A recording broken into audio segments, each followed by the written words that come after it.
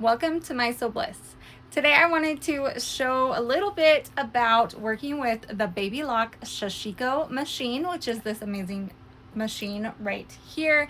It does some really unique stitching, and I've always get people asking me about it when I show it in reels or in stories, and it's so much fun. So I wanted to give you a little answer a few questions, give you a little peek at what it does. So this is my stitching. I did all this quilting with the Baby Lock Sashiko. It looks like hand stitching, but it's all done on the machine. It's amazing. I love it. On this one, I used a variegated thread. Absolutely love that as well. I think it looks so dang good. So I'm going to show you with some scrap fabric because I forgot to record this fabric, but I'm going to show you what it looks like when it stitches.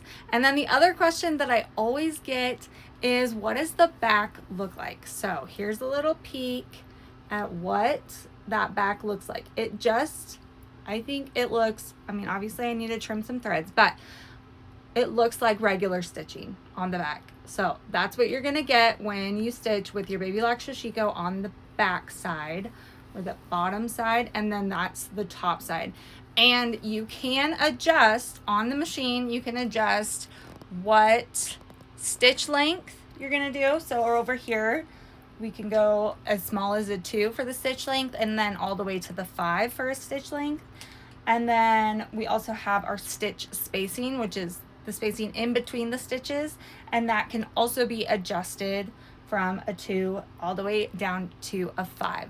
So let me show you what that looks like on the machine, but just wanted to give you a little peek at what that Sashiko stitching looks like as quilting, what it looks like on the back. So it's a really unique machine. I have had questions if I ever have problems with it. The biggest problem that I've had is the thread breaking while I'm stitching, which can get frustrating. But I have learned that if I go slow, I tend to be pedal to the metal on a regular sewing machine.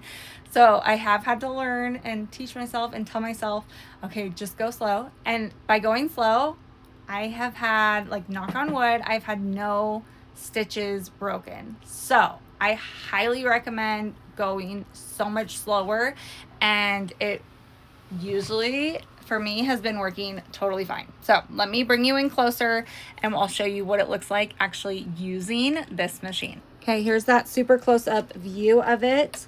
I can lower my presser foot and start stitching. So this lever right here is picking up that thread, helping it so we create that skipped stitch look, or that hand stitched look.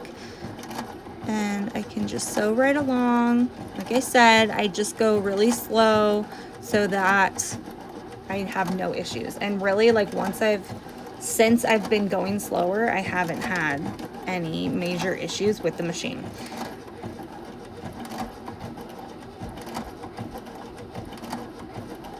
Okay, and then once I'm done stitching, I just stopped. I'm gonna lift my presser foot, and then I can pull that thread out, and back here there's a thread cutter, and I just cut it off. One thing right here is you can press this button for different things. So if you want your needle left down, you can press it.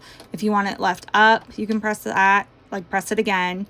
And then you hold it down, and that's when you change your bobbin. So I really like leaving the needle down, especially if I'm doing it on corners. It makes such a difference, making sure I can leave my needle down. So that's really nice to know. And then obviously you can work, like, if it's going to stop before a stitch or after a stitch, that is helpful as well, and lets you know what to do. If anything is flashing, it means it's not ready, but then once you put the presser foot down, it will turn blue, and that means it's ready to go. And then again, here is the back of that fabric that I just stitched. So you can see it looks like regular stitching on the back, that fun variegated thread. And then on the front, we have this beautiful stitching that looks like it was hand done, but quickly done on the machine in like 30 seconds.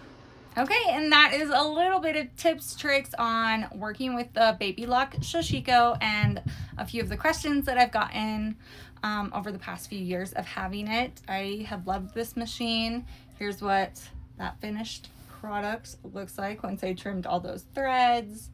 It looks so beautiful. It's such a fun and unique touch to any project. Next, I want to work on quilting a whole quilt with the Sashiko, not just these wall hangings, but this was a good practice start, and I'm excited, to get these hung up and on display in my sewing room.